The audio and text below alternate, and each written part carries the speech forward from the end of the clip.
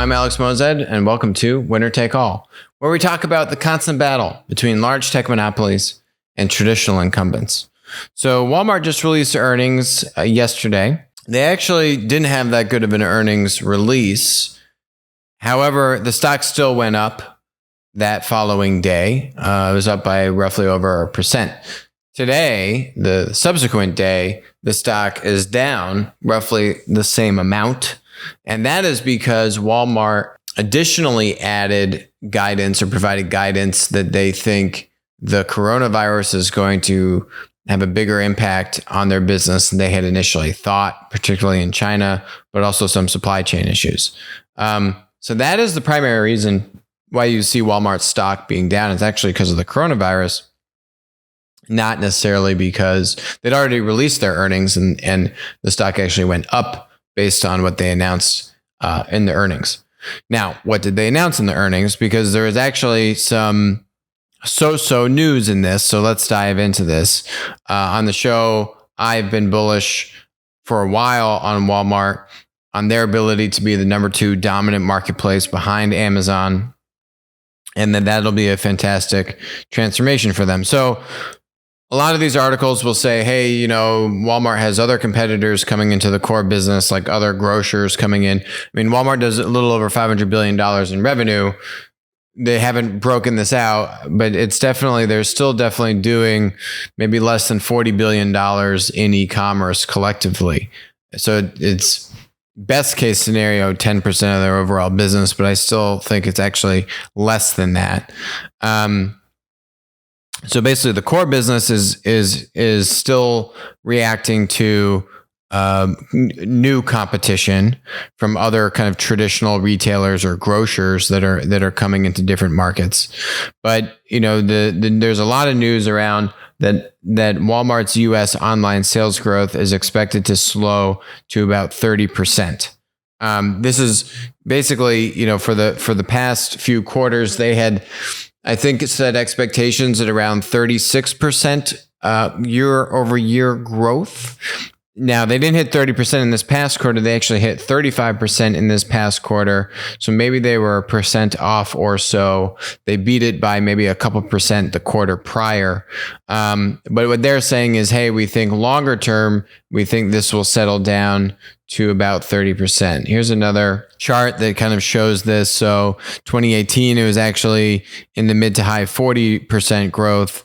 2019, it was basically right at 40% growth. And 2020, looks like it's at about 36% growth. And then they're saying 2021, it could get to 30% growth. So now Walmart hasn't really, Walmart has said that they are doing maybe around $20-ish billion in e-commerce revenue. Now, they have a marketplace. We've covered that many times on the show about how they just added 10 million SKUs in the first 9 months of 2020, and 9.5 million of those products came from third-party sellers. They definitely have marketplace dynamics going on. So roughly $20 billion in revenue from Walmart e-commerce actually should equate to a much larger amount of GMV of total throughput. So even if you say that that's, say, $30 to $40 billion in GMV, even if it's $30 billion and you're growing at 35% a year, you're adding, say 12 billion, if it's 30 billion this year, you have 35% growth, you're at, say, $43 billion the following year. That's nice. But I think you want to see it not trail off much farther than that, given that their base is much smaller than where Amazon is. So Amazon total GMV is about $270 billion. Walmart collectively is doing maybe around $520 billion in total revenue across, the majority being physical stores. So it's still roughly double the size in terms of total throughput of Amazon, but obviously all that $270 billion is digital demand. When you talk about marketplaces, digital demand is the key criteria to try to then back into how interested third-party sellers are to give you more inventory and to join your different program. So Walmart also announced its own fulfillment service called Walmart Fulfillment, basically. And so now, or Walmart order fulfillment, Walmart fulfillment, I don't know, fulfilled by Walmart, something like that. So they've now officially launched this service.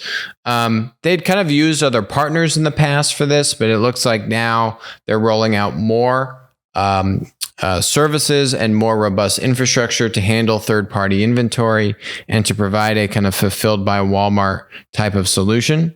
So that was also announced in this past quarter.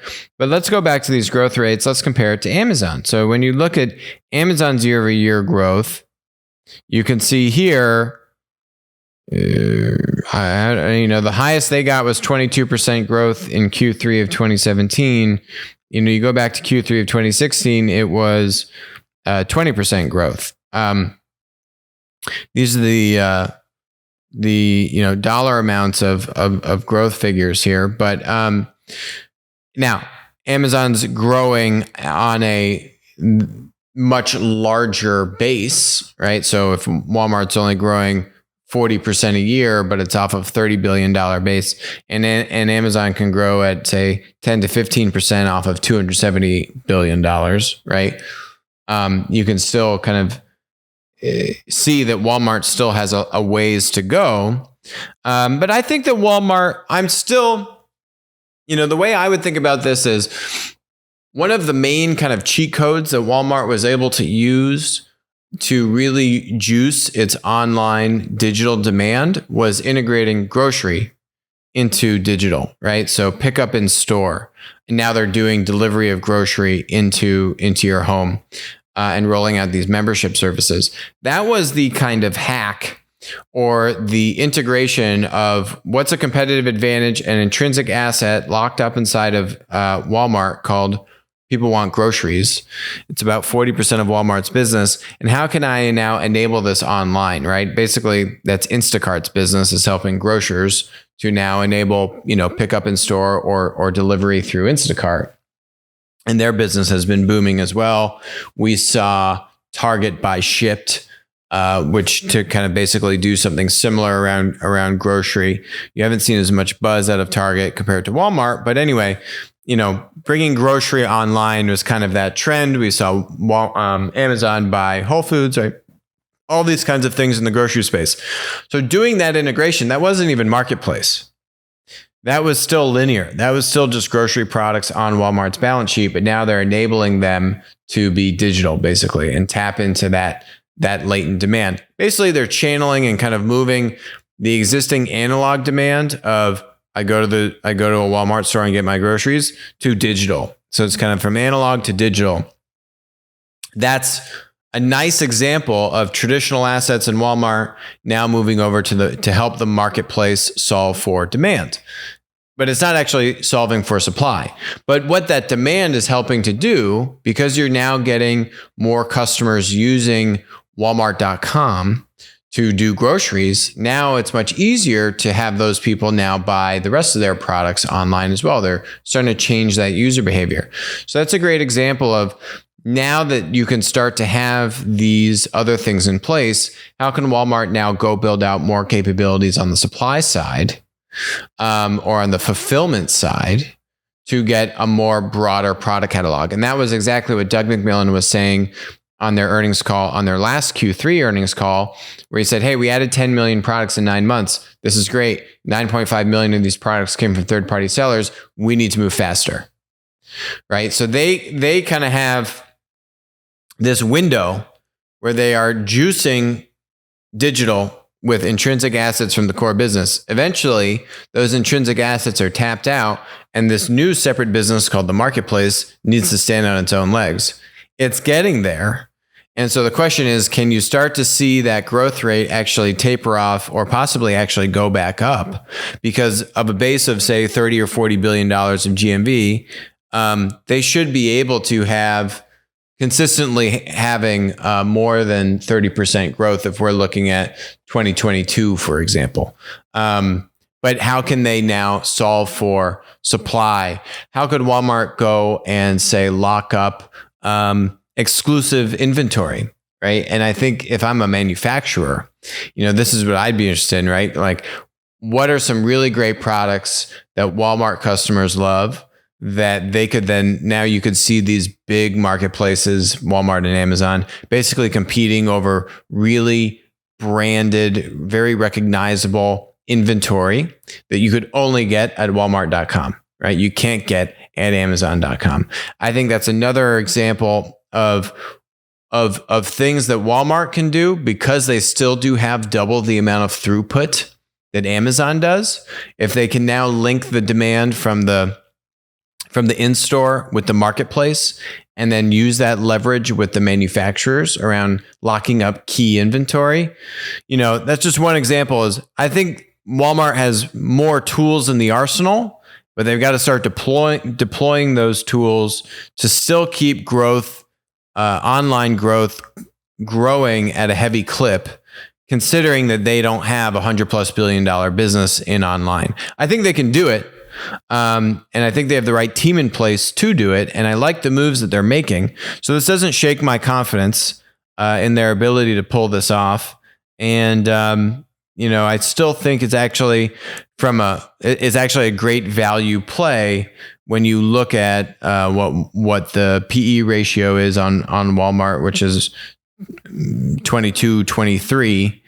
And then you want to compare that to Amazon. Granted, Amazon's doing a bunch of different things. Amazon's almost 4x the PE ratio at about 94. So I think if Walmart can continue to show strong online growth and possibly maybe readjust upwards, right?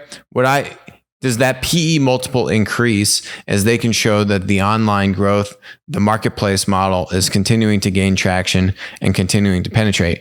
I think they're doing a good job of kind of setting investor expectations low and setting themselves up for the ability to outperform over the long term. So we'll see how that goes. Believe me, we'll be following it. In other news, not so good news, let's talk about Macy's. A company that, they've done good e-commerce. They're a top 10 e-commerce website. They're doing over $5 billion in e-commerce. It's impressive, but they haven't embraced marketplace. We covered maybe a couple months ago, we looked at the amount of clothes that you could buy on Macy's versus Amazon. It's not even close. It's like 100x difference. If I can buy a few 100,000, say, women's clothes on Macy's, I can literally buy tens of millions of clothes for women in just, say, 10 categories of clothing, not even the whole women's department. So it's not even close in terms of the breadth of product catalog. You're now seeing Amazon roll out a bunch of, friendly features around buying clothing and being able to return it, or even friendly financing options. So you don't even need to pay for some of it. You can try it on without paying for it. And they're really juicing this model of shopping online for clothing. And meanwhile, Macy's is just taking the existing business model and putting it online.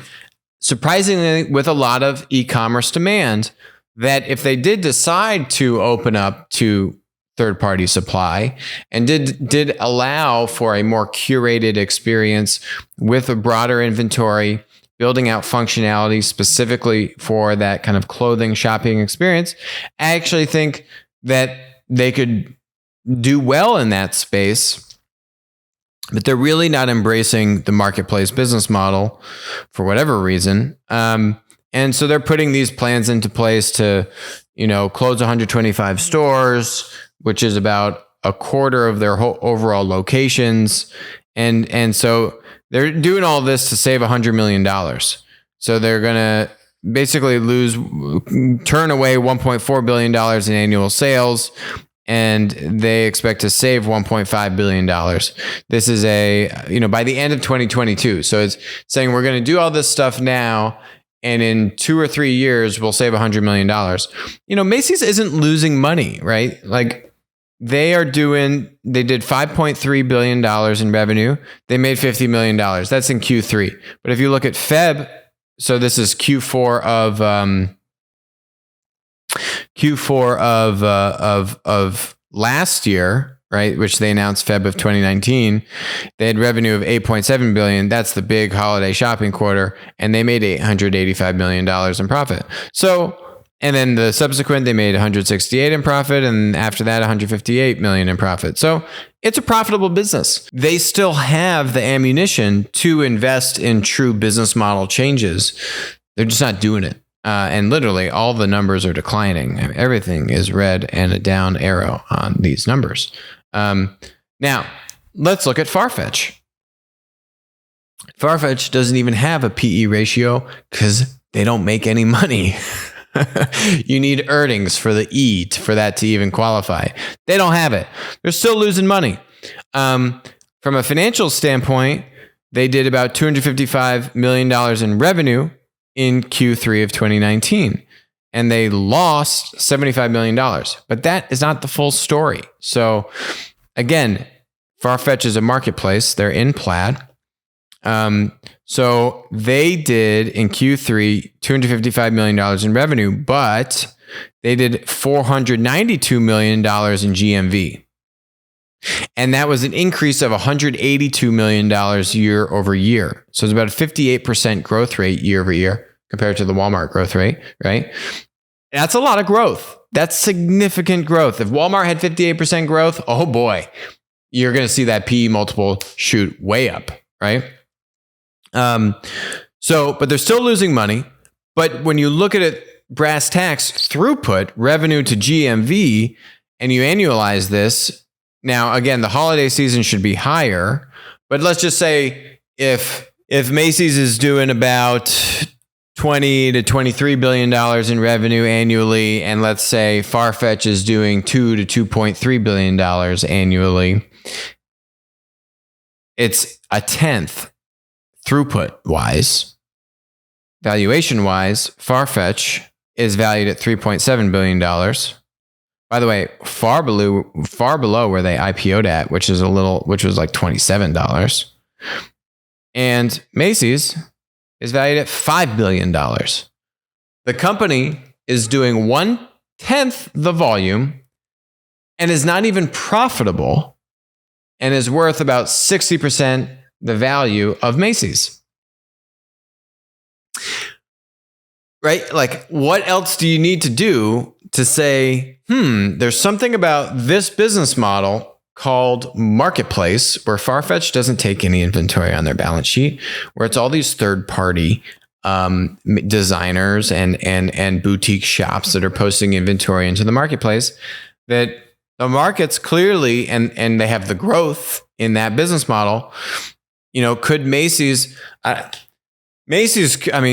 try to acquire Farfetch, but there's also other boutique clothing marketplaces, vertical specific clothing or sneaker or apparel marketplaces that Macy's could look at buying. And I think that's the best shot that they've got. I think you got to use the multiple that you have. Look at the stock price. This thing was $70 in 2015. It's now 16. Stock price is going in one direction. It's called down. How can you go and really supercharge yourself with a marketplace model? You've got to buy. You've got to either buy another marketplace or you've got to buy some tools, some SaaS tools, some seller tools, some businesses that are really good at giving suppliers like clothing retail, clothing manufacturers or designers or boutique shops. How can you kind of capture that supply and integrate it into your e-commerce experience and turn the e-commerce into a marketplace? You've got to embrace marketplace. It's the only shot you've got. You're closing down a quarter of your stores and you're doing all that to save $100 million. What else are you going to do to make up for the $1.4 billion in revenue that you just got rid of to save $100 million? You want to see growth. It's in the marketplace. They're growing at 58% year over year. So we'll see. It's not easy. Look at Walmart. It's not easy, but it's certainly better than the alternative, which is they just got downgraded to junk bonds. And so now if I need to go do an acquisition, now I got to finance that acquisition with junk bonds. Because if I'm Farfetch or if I'm this other, clothing marketplace, I don't want Macy's stock. I want cash. Well, your balance sheet, right? One of those, what are the assets? What's that dry powder that traditional incumbents can use to go and spin out new platform business models? One of those key assets is called the balance sheet. And the balance sheet for this business, I don't think it's going to look any prettier a year from now. So we'll see what happens there. Much more bullish on Walmart though. And let's look at content. So, we've been asked this question is, well, platforms are winner take all. It's the name of the show.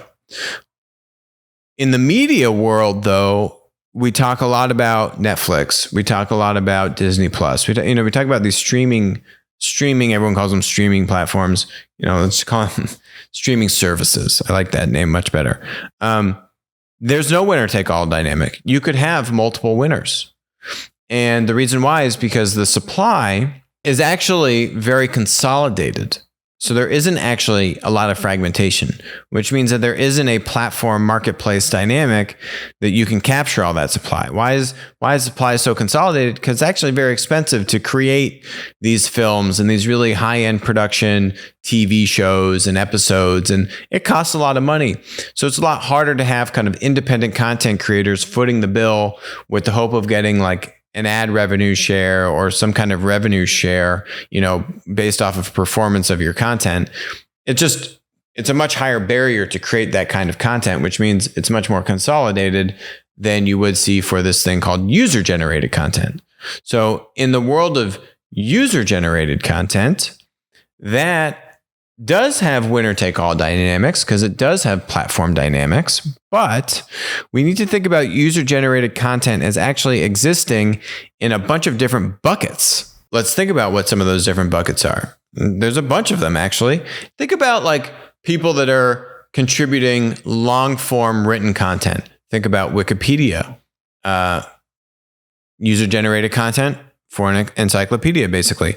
Think about blog posts, like a Medium, right? That's kind of the watering hole for blogging.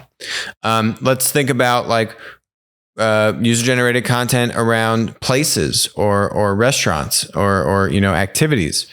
TripAdvisor, Yelp. What about questions and just kind of general questions? Quora.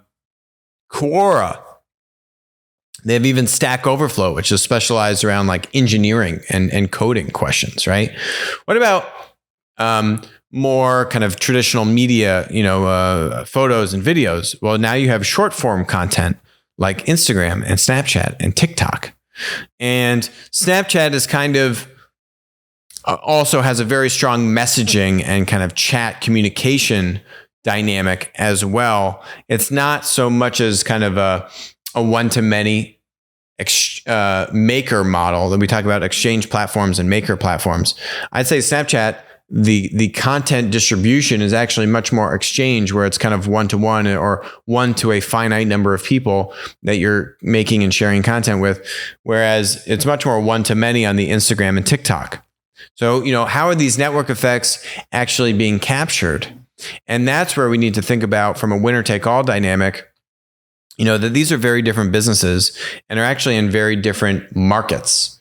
And you think about the users, the consumers, and the producers, and you can also see how it's very different, both from the type of content that's being created and from how people are connecting and sharing that information. Pinterest is kind of its own vertical of content platform, with people pinning photos and different, recipes or information and kind of doing it around these different themes. Yes, you're creating, it's user generated, but the way it's organized and the way it's curated is very different from all these other ones. Is that going to be a mass general content platform? I don't think so. But can they go very deep into, say, shopping and monetizing the products that are now being pinned and curated? I actually think they've probably done less of a good job on that and going very deep into the niche that they own via the content platform than what the progress I see Instagram doing on shopping. I actually think Instagram shopping is doing a much better job than like Pinterest. Let's talk about social networks, user-generated content. Facebook. Oh, and then you have the professional version, LinkedIn, and then you have the gaming version, which like Blizzard is doing. So you can, have friend networks playing a bunch of different video games. We actually think there's room for a social network across every gaming platform. Epic is trying to do its own social network for on Epic games like Fortnite, right? But there actually isn't a social network that has hit scale across all the different video games.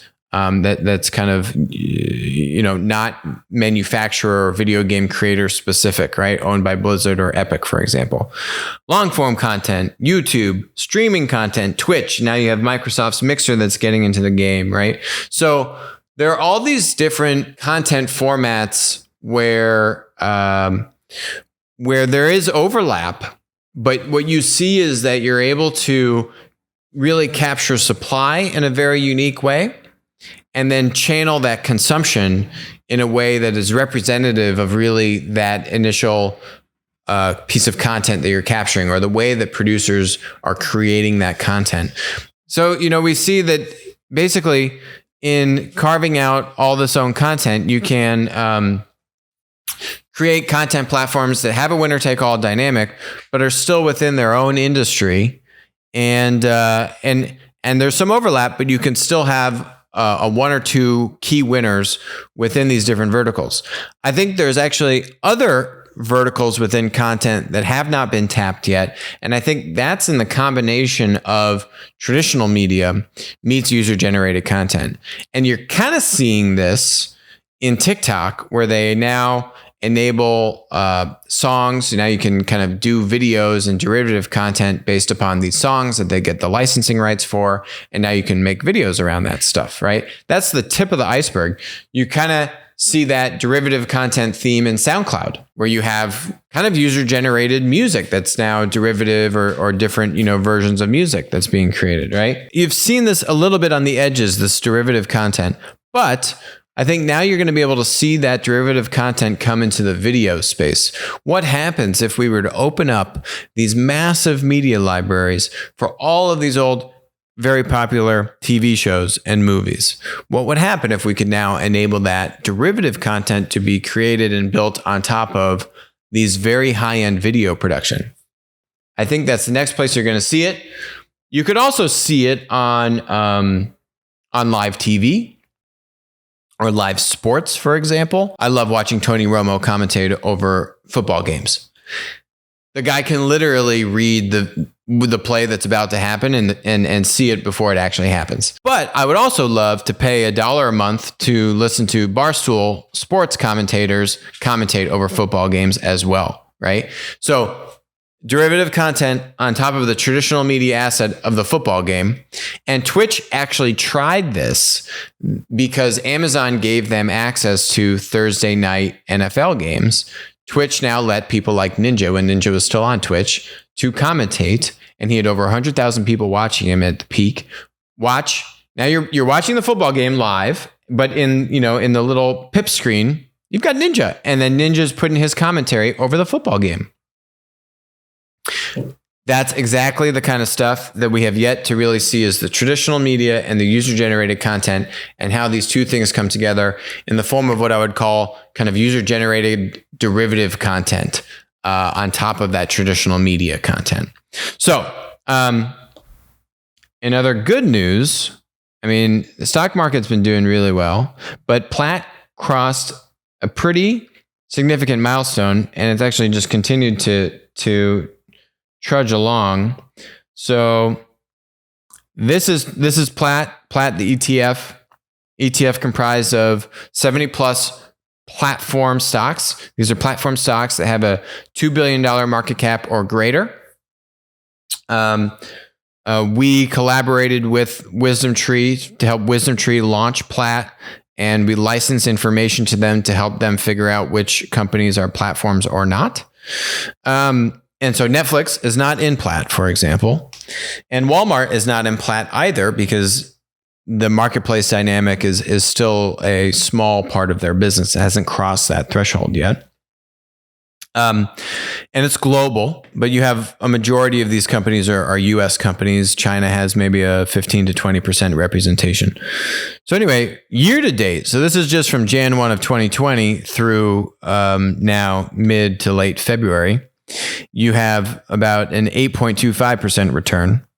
But if we go since inception, so this is from, I think, May 22nd at launch, 2019.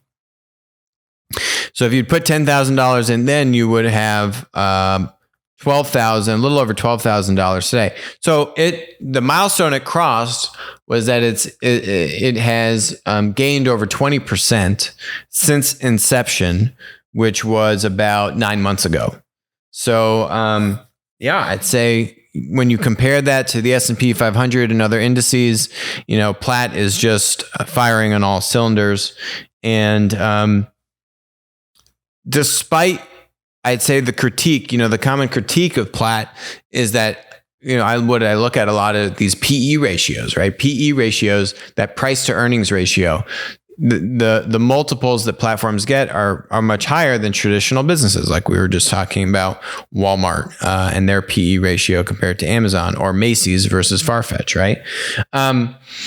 And I think the thing that you've seen over the past 10, 15 years, and we will continue to see over the next 10 to 15 years, probably longer, is that these platforms, once they hit that winner-take-all critical mass stage, which they usually, if you're over $2 billion in market cap, you've got a pretty good size marketplace business that you can now start to really just compound upon that network that you've already amassed.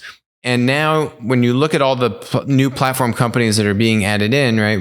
We just did a rebalance. We added in another handful of platform companies that went public this year, like Slack, Uber, Pinterest, Lyft, we added and a few Chinese ones.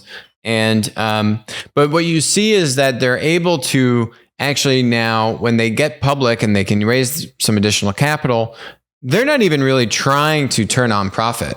They're mostly in growth mode still. And then they're kind of transitioning into profit mode. And we've seen the public markets really ding platform companies, particularly, I'd say, since really the WeWork debacle in the fall. We've seen public markets really kind of ding these unprofitable tech businesses pretty harshly. The thing, and probably just out of a general fear that they could be another WeWork. But the thing on the platforms is that they're for real. And the multiples are, for the most part, deserved. And that because they have these platform dynamics, because they have these network effects and these winner-take-all dynamics, they are able to justify those multiples because they can now have, that top number 1 or number 2 slot. So we'll continue to see how PLAT does throughout 2020. I've got pretty high hopes, and we'll probably be doing another rebalance later on in the year, as we have a number of other IPOs that I think are on the 2020 slate. But for now, we'll just continue to track it and keep you up to date. So that's it for us today on Winner Take All. Thank you so much for joining us, and I will talk to you tomorrow.